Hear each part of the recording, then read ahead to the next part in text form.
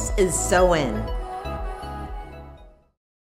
Thanks for joining us this morning. To start off, Brad C. has been wildly successful in business, but there was a time when whether he would live or not was a reality he faced daily.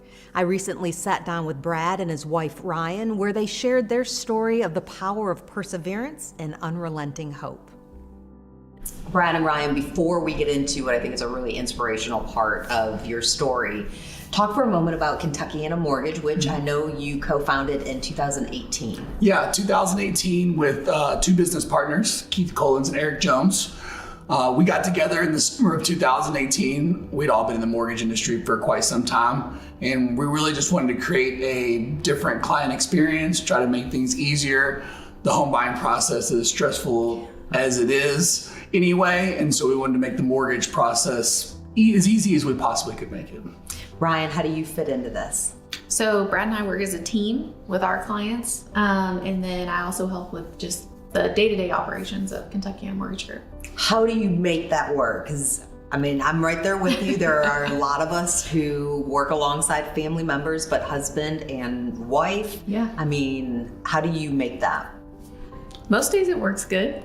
Yeah, I think both of us have our strengths, and so a lot of times we try to just stay in our own lanes, but there is times where we need to collaborate and talk through whatever we're dealing with in that moment. But I think that works really well for us, and it's going on a little over 3 years now of us actually working together, and it's gone really well. And everybody has their days, right? Sure. But for the most part, it's pretty smooth. 4 years.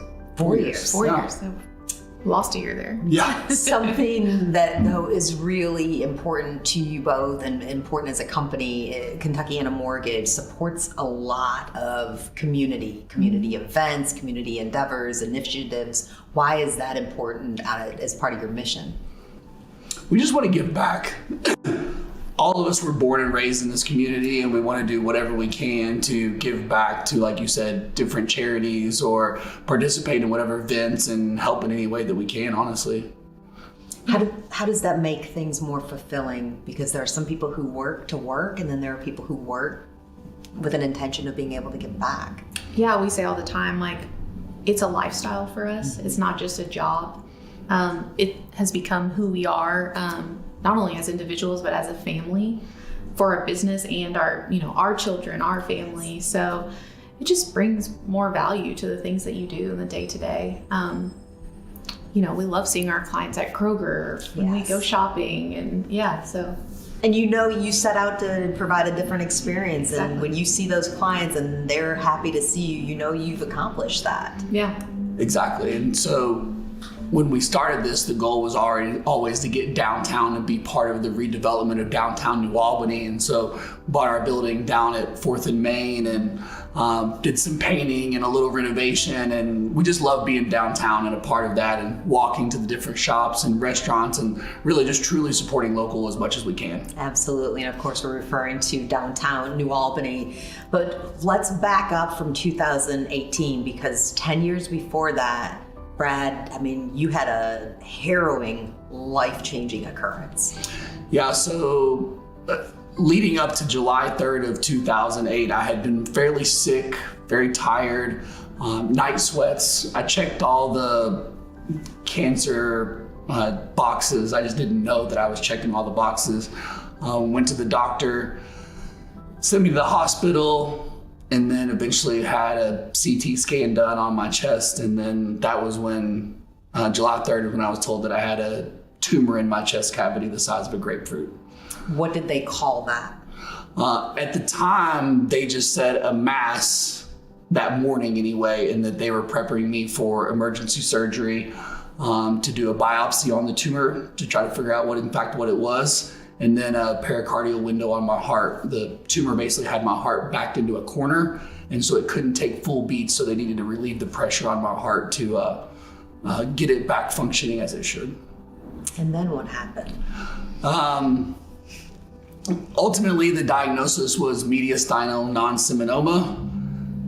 They gave me 6 months to live, and I did not like that. And so I asked what we could do, and the answer was as much chemo as I was willing to do. And so that's the path we took.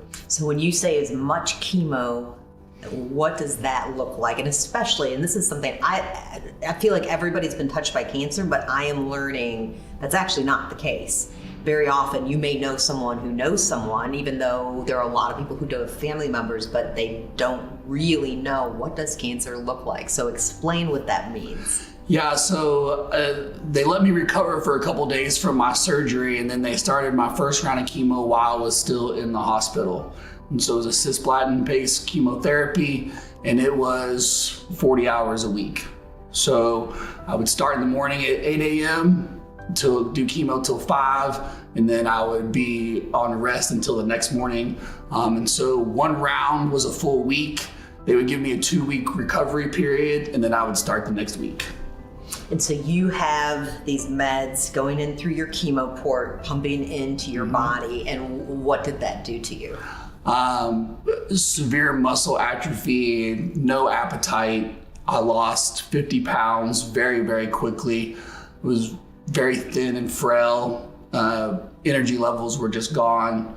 I've told a lot of people this, and this is the easiest way for me to describe it, is I couldn't go up a flight of steps without stopping and sitting down and taking a break before I was able to finish the second half.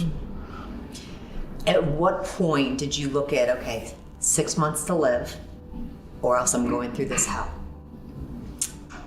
I don't know. Could I keep going? There was only probably, there was maybe a brief moment, but in my mind at the time, it was, I just got to do what I got to do. Yeah. And it didn't matter what that was. This is just, I just try to keep telling myself, like, this is temporary. I'm going to get through it, and I just got to get through it. You just got to do what you got to do. What did you use to boost yourself, or how did you do that? Because it can be very dark, and I think I now understand why some people spiral and stay down in that negativity. So family support system and friends were absolutely instrumental. At the time, my mom had stopped working or took time away from work to spend. She was basically my full-time caregiver, taking me to and from chemo appointments, and then back and forth from the cancer care center to home every night.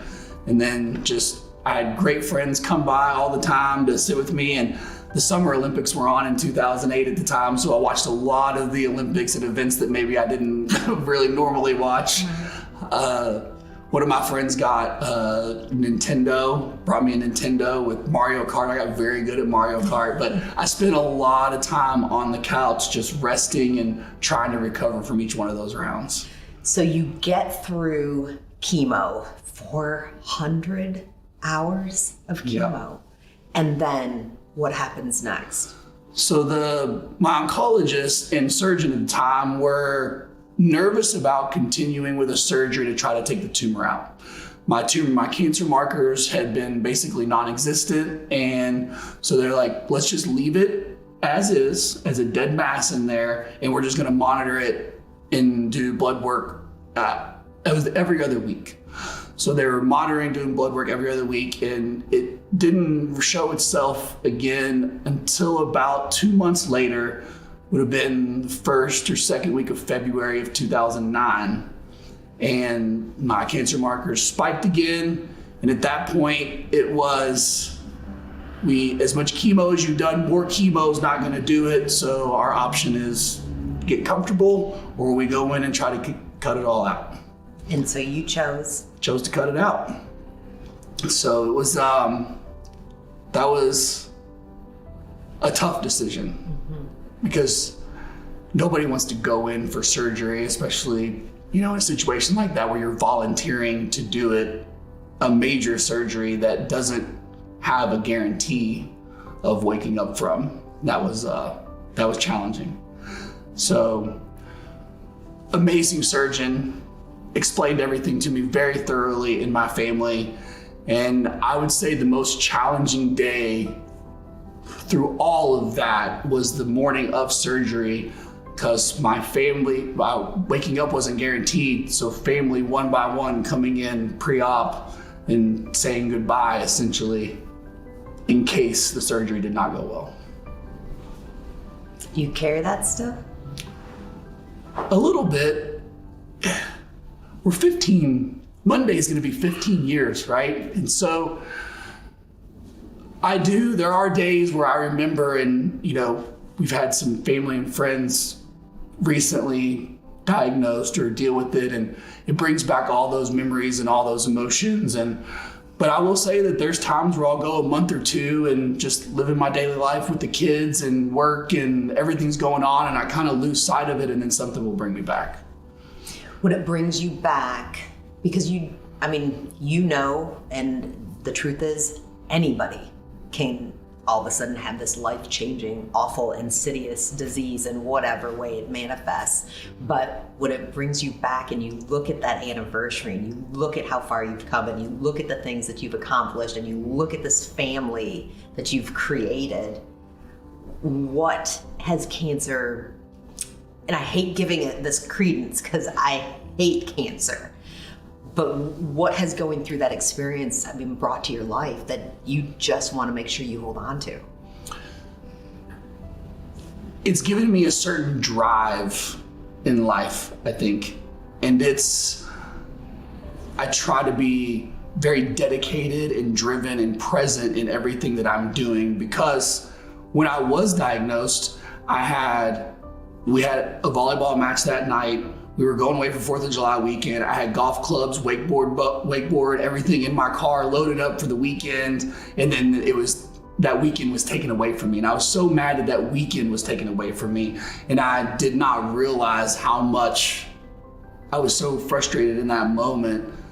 And now it reminds me that that's never guaranteed. And so I try to reel myself in and just live like I'm gonna live now. You said something to me before we sat down. You were living like you were dying, but what does that mean, to live like you're going to live? I had to change my mindset at one point. Once having kids and being married and having a company and all these responsibilities, I needed to switch my thinking to planning better. For me, it was financially. When you're told you have 6 months to live, you do, hey, you want to go on this trip? Hey, you want to do this? And you say yes to everything. And I needed to start saying no to more things and planning better instead of living on the edge, I guess. Brian, what is that like for you, for someone to have, literally looked death in the face, said, not today, I'm going for it. There's no guarantee I'm gonna wake up, but that's my best alternative. I'm going to choose it. And then years later, the two of you meet, you know it, within 100 days of being engaged, you're married, you've got this beautiful family. And now, how does that experience that Brad went through now inform how you are together? Man, he's great. He's a lot sometimes. It's been, it's just heartwarming how he's taken everything in stride. And we talked about this the other day, like Rory, our daughter's just turned 7. So she's just now starting to understand, what it means to be sick. And we've started to just explain to her, like, yeah, Daddy used to be really sick. And now we do, as a family, take as many opportunities as we can to spend time together, whether that's afar and doing fun things or just sitting at the dinner table and enjoying each other's company in the evening.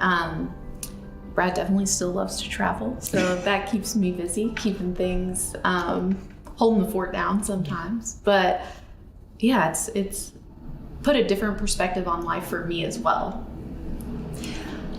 When it comes to just looking at your whole story, which of course isn't finished, you write new pages every single day. Take what you've learned, Brad, with dealing with cancer, and how has that affected you as a business owner? How does that make you even a better business owner? I'm going to interrupt Brad here. Okay. And say, from an outside perspective, even before I became licensed and joined Brad, he takes every single day to make sure that he is the absolute best he can be for everyone else. And surely that has come from this experience. His clients know it, our family knows it, I see it every day. He is his hardest critic, and he is so good at what he does. I appreciate that. Thank you. Those kind words. Wow, I did not expect you to do that. So for me, like she said, I really just try to put everything into what I'm doing and in that moment. And I want to be as good as she says I am. I feel like I'm still learning, and I don't ever feel like I've made it. And I think that's part of the reason of my success is I'm constantly trying to get better in what I do in my craft, and be there for other people as much as I possibly can and help people through the process, because it's not always a fun thing getting a mortgage. Nobody wants a mortgage. The point is to not have to use us, but if you need, call us. Right. But yeah, so it's, I want everybody, and like we talked about earlier, just the community involvement, and I just try to do everything I possibly can to be the best version of myself.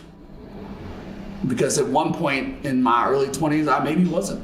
Sure. Yeah. You said earlier that your partners, you all are from the area, Southern Indiana. So both of you can take turns, answer this. What is it about Southern Indiana?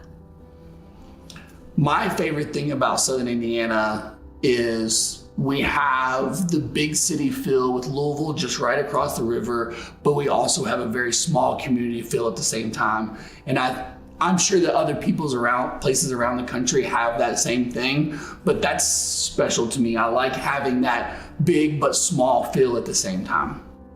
What about for you, Ryan? I agree. I lived in Bloomington for 6 years, and I loved it. It was great, but it's not home. There's something about, going to get your groceries and seeing one of your neighbors there and just feeling loved by your community. And I think that New Albany and Southern Indiana in general does a really good job at doing that, making everybody feel like they are where they need to be. Absolutely. Now, Brad, last question. You said that you celebrate a big milestone on Monday of sitting down and talking, and that is the 15th? 15 years. Cancer-free. Yeah. What do the next 15 years look like for you? The kids, that's the next 15 years, I keep doing what we're doing with Kentuckiana Mortgage Group, keep staying involved in the community. We are very involved with the IU Cancer Center in Indianapolis. That's where my treatment and where my oncologist was. And then, like I said, the kids, I think, is the next 15 years for us, because they're the most important things that we got going right now. Business partners Leslie Lewis Sheets and Tammy Randall make things beautiful for a living, and they love it. We took a gorgeous look at what that means for Southern Indiana.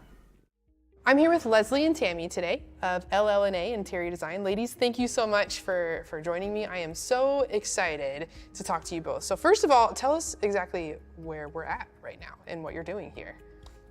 Thank you for having us, Jen. Today we're at the Ellsby building, which is in the process of becoming the Ellsby Hotel. So exciting. We're in the what is going to be the restaurant, and we are right in front of the vault, which is a neat aspect about the entire building.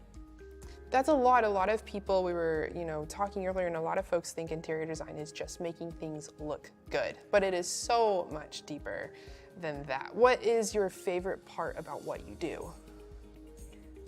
Making something out of nothing and making a space better than it was before we arrived, and a highly functioning, aesthetically pleasing space. And we do believe that you can have both. We believe that you can cross and mash up and have highly functioning spaces and beautifully well choreographed spaces as well. Leslie, what would you say is your favorite part?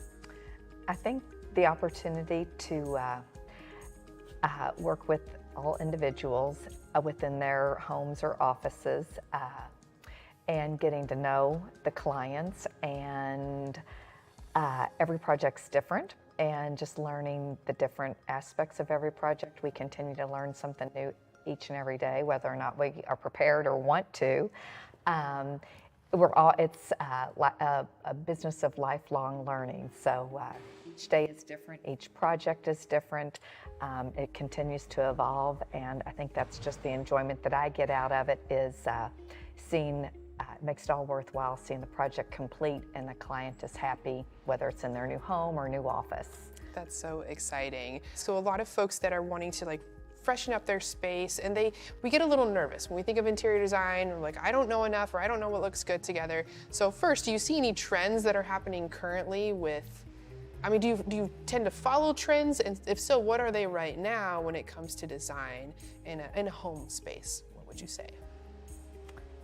Well, new colors right now are peach and chocolate browns, which are kind of circling back. Yes. Okay.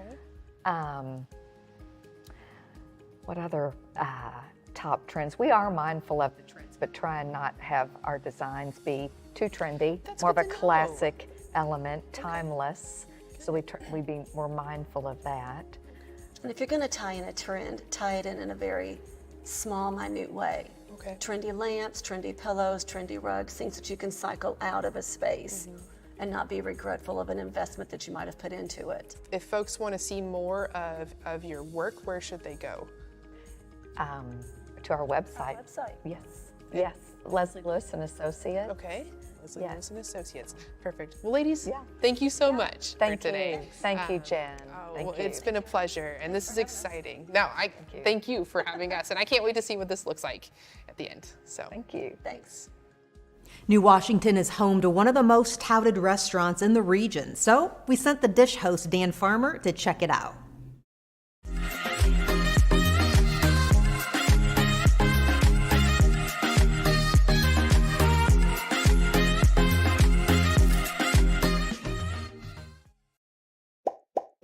When I hear the word fried twice, it only makes me want to dig in even more.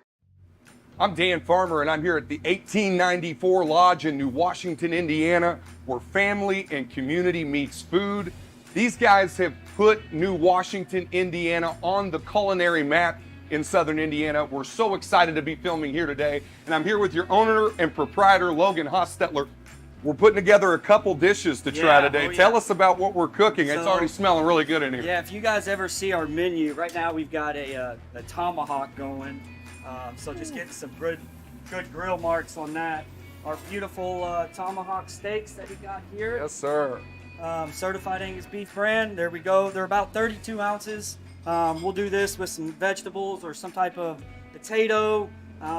You will get some sauce with it. We'll make it nice, pretty. Slice it up, put it on a board, and you're not going to get any better cuts of beef, I think, anywhere else than here. We really pride ourselves in our beef. That's a big piece of steak. Oh yeah. Now, what temperature have you cooked that to So today, hopefully Logan? it's about a medium rare. Medium rare. Speaking But my usually language. We have a little bit more time to do it, so we're going to let that rest. We're going to let Dan eat some food, and we're going to be ready to rock and roll. All right, we are excited. Thank you so much, guys. This looks fabulous. It's steak time, ladies and gentlemen. This is a 32-ounce tomahawk, cooked perfectly medium rare, seared on the outside, and a red wine glaze, a reduction over the top. Oh, we're going right in here. Angie Fenton is going to be really upset that I'm taking this big of a bite, but I can't control myself here. It's luscious. Wow. You're not putting A1 on this steak, let me tell you. Perfectly cooked. That sear on the outside of the steak is unbelievable. It makes me want to pick up this tomahawk bone like it's a lollipop and just chew off the side of it. Wow. I cannot get enough. We've got our greens here on the side, made in-house. One of the many delicious accompaniments here at the 1894 Lodge. I'm sorry, guys, I got to get back in on this steak.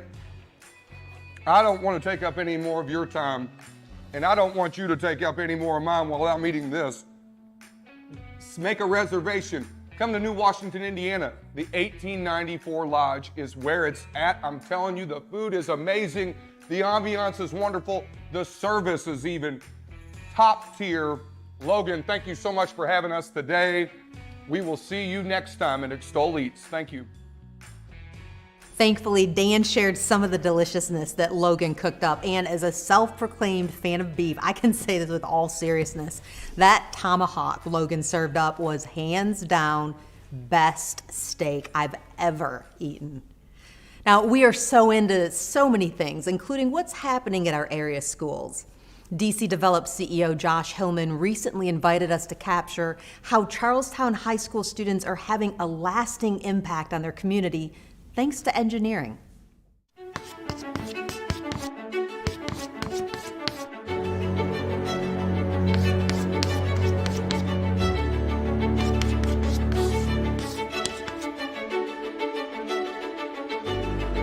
Every year we try to work on a project-based learning, and so for our engineering academy, we partnered with Mr. Hillman and Dan Christiani and tried to develop Shadow Lake, and we put these kids on a project.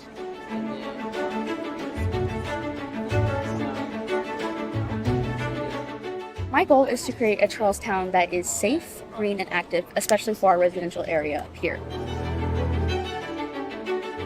You all did an awesome job. So my challenge to you all as Engineering Academy students, don't rule something out, learn a little more, and think about what you want to do when you leave Charlestown High School. Each and every one of you has that opportunity to be an engineer, and you've proven here that you can spend time, you can learn something, you can adapt it, and you can grow.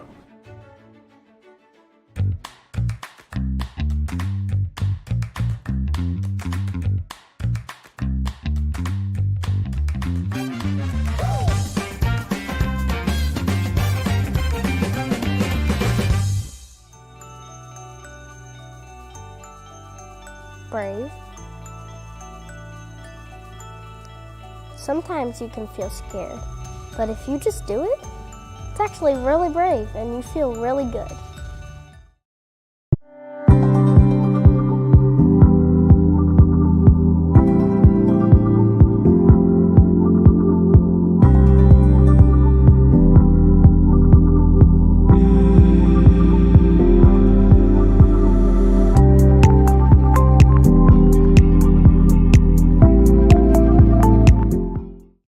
Thanks for joining us. However you spend the rest of your time today, we hope you're so into it